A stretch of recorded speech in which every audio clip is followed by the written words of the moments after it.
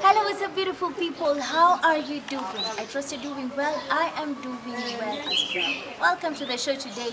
In this show, we discuss real life issues and find solutions with our expert, Senjay. The show is Talk to Senjay with me, your host, Tayo Amani. Senjay, you are welcome to the show. Tell us a little bit more about yourself and how your week has been. Thank you so much, Tayo. I'm okay. My week has been good, except for the cold season, but we shall manage. Hata hiyo story ya call, I saw a meme imeandika ati what's in the freezer, and then someone responds Nairobi is in the freezer. I can tell you it is cold. Mimi huwa sisi baridi, lakini at this time It has gotten you. Your nerves. imeniweza kabisa. Asante. The week has been good generally. Yeah. Apart from few incidences, age mates activities and behaviors. Now it's our issue. It was my age mate. It was Okay. not my age mate. Okay, or I say your generation. Our generation, yes. Your generation's activities and decisions. Like someone committing suicide because of their boyfriend. We'll talk about it. We shall talk about it more in the show. And in this show, we also have our guest, Winnie. Winnie, karibu sana kwa show ya leo. Tell me a little bit more about yourself and how your week has been. Thank you so much, Tayo, for having me in this show.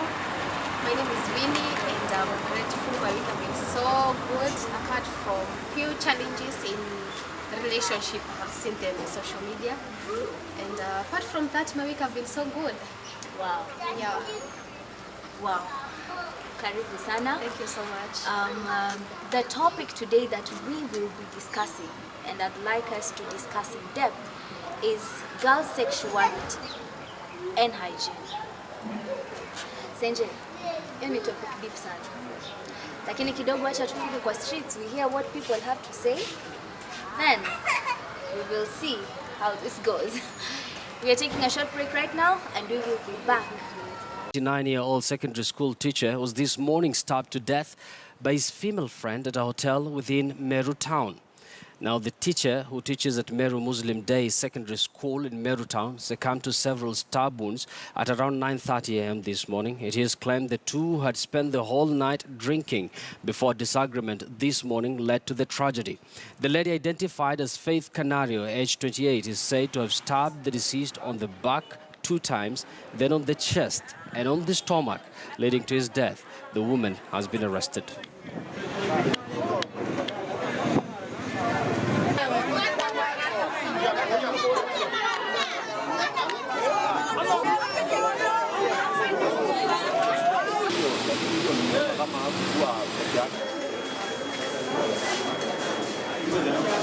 Kuna huyo mchichana walikuwa kwa club na huyo jamaa, sasa tujui kama ni bwana yake ama alikuwa boyfriend. Sasa ile wakaanza kunywa pombe, jamaa akatumwa na demu apeleke kiatu kashona. Sasa ile kiatu ilienda kushonwa, mchichana akaanza pale kwa counter. Ndio jamaa akashonwa kiatu karudi. Sasa bill mwenye alikuwa anauza akapeana bill, akasema sawa walipe pesa ya pombe. Mchana akapea jamaa, akamwambia wewe ndio unalipa. Jamaa akamwambia wewe ndio unalipa na wewe. Sasa wakabishania hapo. Sasa ile jamaa anamwambia my dear, acha nikuweke kiatu.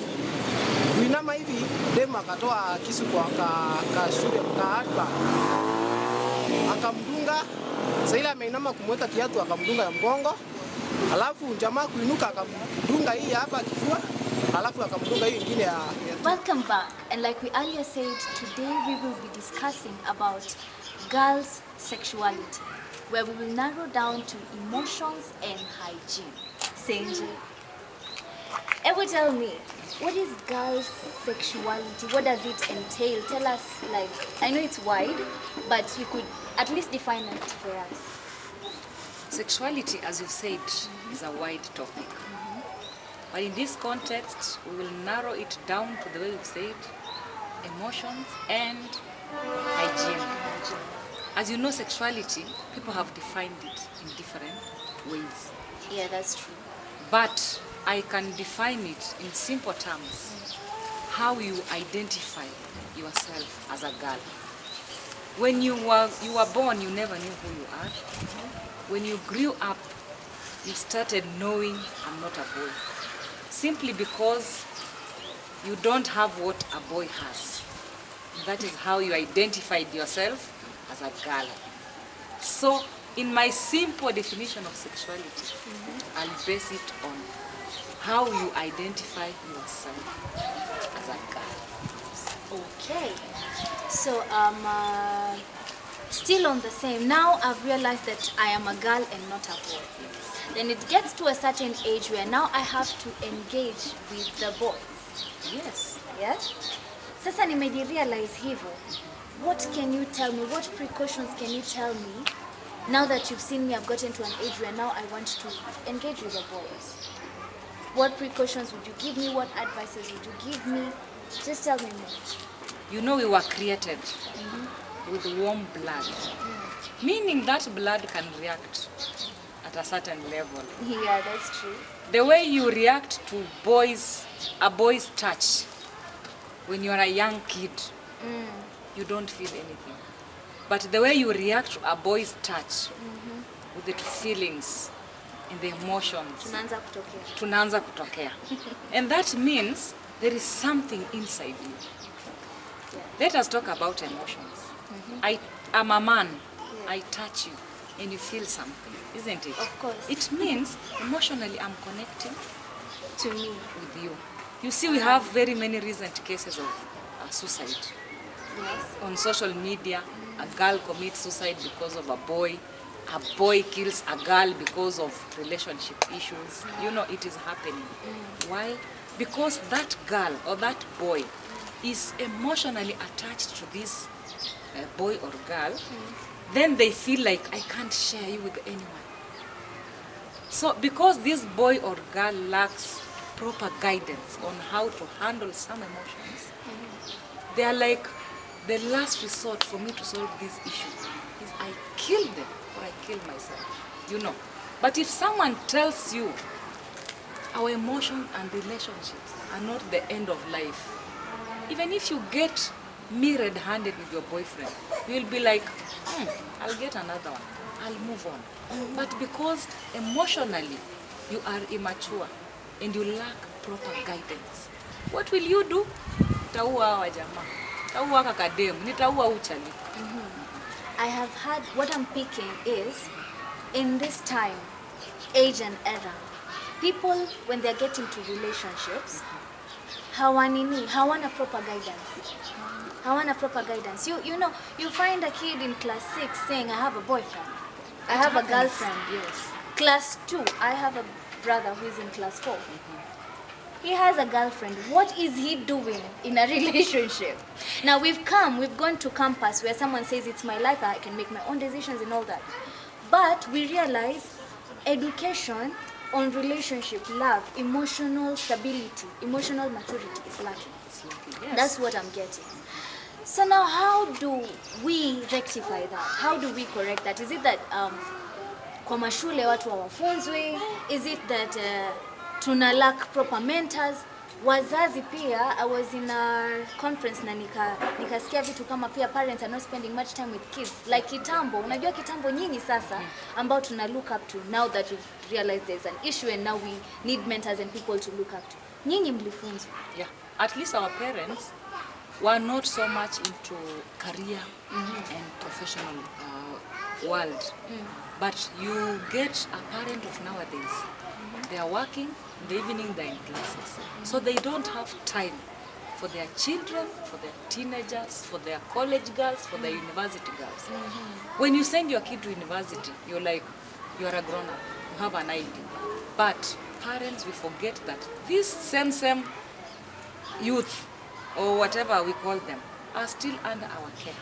Yeah. During our time, and those who came before us, mothers were housewives.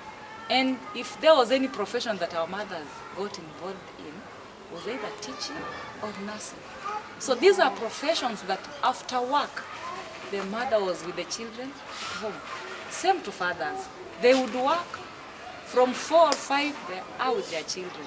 So there became a gap between parenting and the parent and their children. This thing has caused a lot of issues. In socialization as a process, children are socialized into the world by very many agents.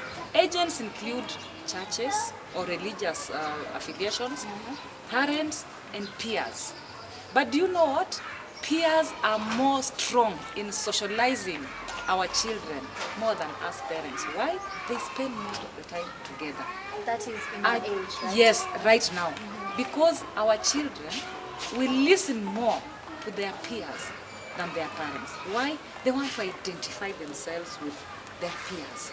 So wrong socialization will cause a lot of problems. Because this kid will be like, I'm more of comfortable with my peers than my parents. Yeah. So even if your peers introduce you to a vice, it will be difficult for a parent to bring you out of that vice. What am I saying? As parents, we need to create time. When you become a parent, make sure you create time with your children. Talk to them all these issues. It does not hurt you to tell your daughter about sex issues. Yeah. During our time, ungeambiwa tu, cheza na wavulana. Now you're like, why? No one explains beyond kucheza. Kuna shida gani? Akienda sana anakuambia, usilala na wavulana. But what is that sleeping? Hiyo kulala ni nini? So you realize, some funny boys were very funny. Atakwambia, walisema tukilala ndio vibaya. Tusimame tu. You know already you're in trouble because you did whatever you did while standing. While standing. Because your parents told you musilale. Musilale. So parents, we have caused some of these issues. Tell your children in black and white. Tell your children as they grow up, you are now a girl. You've now started developing. You now have breasts. You're now undergoing that process of going up. You know. Yeah. Tell your girl the dangers of the changes on her body. As a girl also, you need to be open to your mother. You know, sometimes even children fear their parents. That is true. But your parents will be your first friends. Hata kama ni mkali, you need just go to your mom and tell your mom, you know your mom will guide you from there. Yeah. And parents, I'll have a topic with parents on how to accommodate their children, on how to become friendly to their children. You know, unfriendliness creates a gap, Yeah. whether with spouses or parents with their children, it creates gaps. So, as youths also, when you feel like you are confused somewhere, have someone in life that you can run to and explain, what am I feeling? You have a boy who is pestering you. And when you sit with that boy, you also feel something inside you. Seek guidance on how to handle that issue. These things are happening. People are engaging in sex. Isn't that true? We cannot deny the fact that a lot of our young people are engaging in premarital sex. How do we guide them? How do we guide them on issues, pregnancy prevention, issues, STD prevention, issues, hygiene? We want to talk about hygiene. Yeah? We need also to talk to them about their own hygiene. You know, when you're hygienically well, will prevent a lot of infections, even in your own body. And some of us who are Christians, tunaambiwa cleanliness is next to godliness. Ukiwa mchafu, kwako wewe mwenyewe ni balaa. Hata mimi mwenye ninakaa na wewe.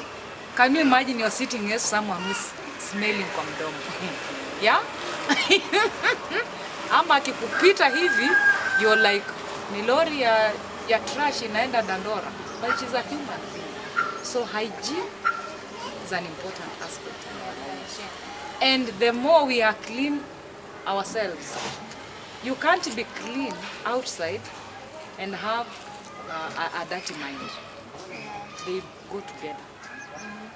If you're that person wa kujiwachilia tu, wewe ni mchafu, hujali, you know, it also portrays what is in your mind. So those girls who love themselves, they take care of themselves. They are clean. You know, they'll also think twice before jumping into bed with a stranger. That is wow. They'll think twice before jumping into bed with a boyfriend, because they'll be like, oh, now I love my body. You'll really have hard time to get them to bed. Is it true? You know, now when you talk about it, now when you mention it, ndio ninaona it is actually very true. It is very true. You realize that msichana yule ambaye kuna vile ambavyo amejiweka usafi, Amejipenda. nini. Even men, not just anyone can approach them. You'll have it rough. Utafikiria mara mbili. Lakini ule amejiwachilia tu. Yuko tu free for all. Niguze, nishike. Personally hata makanga akinishika stage, I slap them. Why? Unaniguza kwa nini? I've slapped several hapo town. Sisemi ni wapi. Why should you touch me? Niingie kwa matatu yako. Just tell me. Unaenda? Me, I usually ask them wapi. Iburu. No. At a distance, isn't it? Must you touch me? But we have girls who don't even care for themselves. They are easily available. Touch them. Take them to a matatu. If you are a girl who is just kujiwachilia, kushikwa. And that is why recently uliona wenye wameenda Naivasha safari rally, wamekunywa pombe mpaka wameanguka kwa mitaro. Does that girl love herself? Ule ameanguka kwa mtaro, kwa sewage, because they are drunk. If you love yourself, you'll not drink yourself silly and become prey to them. Isn't it? That is true. That is how the role that cleanliness plays in our lives. The role that cleanliness Hygiene. plays in sexuality. Yes. When yes, you yes. discover yourself as a girl. In a short while, we are going for a break. Then we'll be back with our guest who will engage Senjay with the life issues that we have on this particular topic. Stay tuned.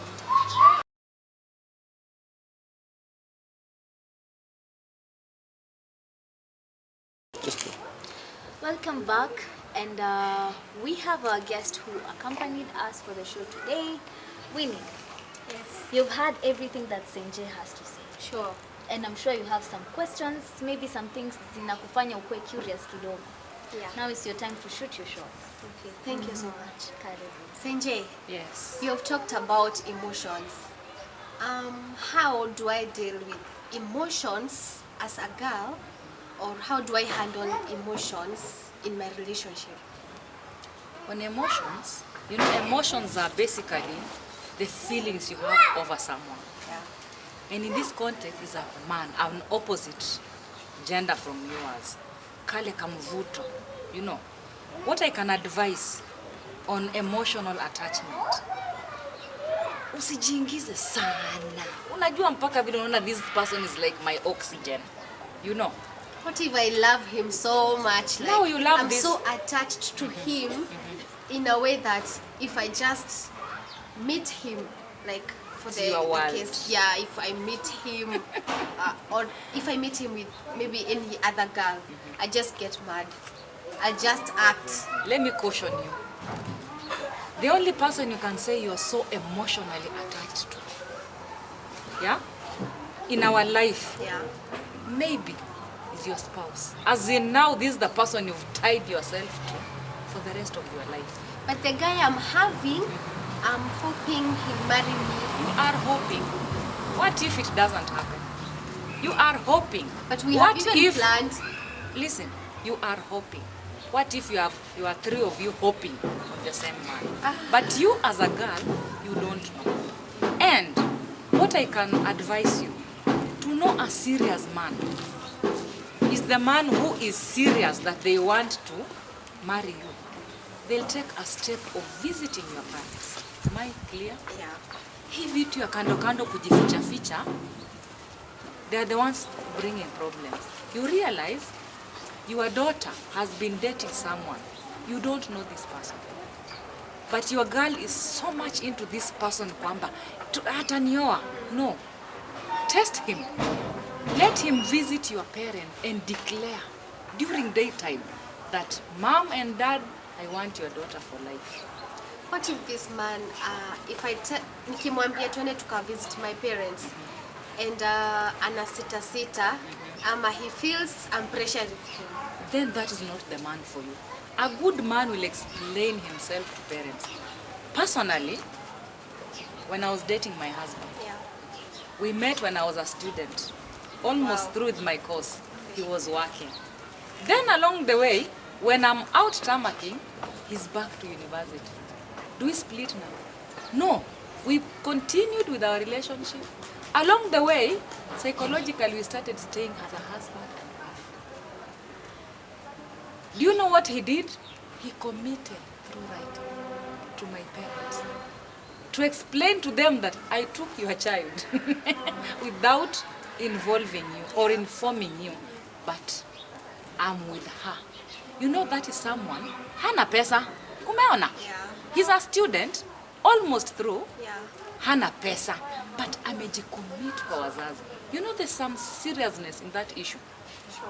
Even if someone does not have money, but they are willing to take you forever, there's an action they will do. There's one who has money, he can even start negotiating for dowry, but it's just dilly-dallying and avoiding the topic. But you as a girl, you are emotionally burying yourself into this man.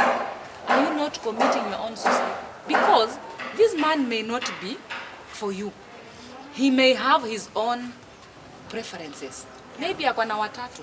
Na ameona from Rose, Betty and Joyce, I'm going for Joyce. But you as Betty, you're like, I think that is how you people end up committing suicide. You are fully into him. But him is for another girl. What am I trying to say? Emotionally, don't attach yourself to someone you are not even sure of. Like so And much. girls, the mistake they do, they see some dangers ahead, but they assume this man will change. There's nothing like that. If you sense that this man is not for me, run for your dear life. It's better you break an engagement or a courtship period than enter into relationship, then you find yourself dead. When you die, are you aware he will attend your burial with the other girlfriends? Sure. Before you're buried, they'll be eating nyama choma and beer over your body. So who has lost? That is Yeah. true. Yeah. Wow. So another question concerning hygiene. So as a HR or as I'm going to work, how am I supposed to dress? How am I supposed to look? My first impression, like how am I supposed to be? Appear. Yeah. We usually say employees sell their companies, isn't it? If you're working for an alcoholic, those who sell alcohol products, you know, an alcohol will buy more beer based on how you exposed yourself. Yeah. You cannot work in a pub with a dera or a these are madada zetu Waislamu. You will not sell. But go in something like a biker. You know, those drunkards will be looking at you and buying more beer. You can't dress the same way in a corporate office. You are the receptionist and you stand to attend to a client with a transparent cloth, yeah, or a skirt that is almost the size of a handkerchief. No. As a HR, we do a lot of recruitment for different organizations, selling different products, offering different services. Image matters. When you're going for an interview, for a salesperson's job, for a customer service position, for a waitress position, you dress according to what your job entails. On hygiene, how do you feel when the whole office is talking about your odor? How do you feel? Because you are making other people uncomfortable. Yeah. Maybe you drink some kamunyweso, isn't it? Yeah. Then you don't want to brush your teeth, you don't want to shower yourself. And you know what goes in our bodies is what comes out. Yeah. Whatever you eat is the sweat that comes out. Imagine you sweating Smelling smelling kamweso. kamweso, you've not even brushed your teeth. You're making people's lives uncomfortable, and your hygiene also is at risk. And that is why I usually say those who don't love themselves will not take care of their hygiene, and they can do anything with their bodies. Isn't Wow, it? yeah. Yes. Wow. Thank you so much. Wow. That was beautiful, a beautiful discussion. I think what I've learned is once you've identified who you are, that is as a girl, your sexuality, the way you present yourself, be it in the corporate world, be it when you're appearing for a job interview, even in a relationship, you need to look at the way you present yourself, you need to look at your cleanliness, you need to really concentrate on those things because they define you. They define you, right? And health is both physical and mental. Take care of your mental health. Because it also reflects. Kama hujipendi, if you don't take care of your mental health, physically it shall reflect. That was beautiful with our expert Senje and our guest for today, Winnie, who asked very good questions. I hope we all learned something. Till next time, be blessed.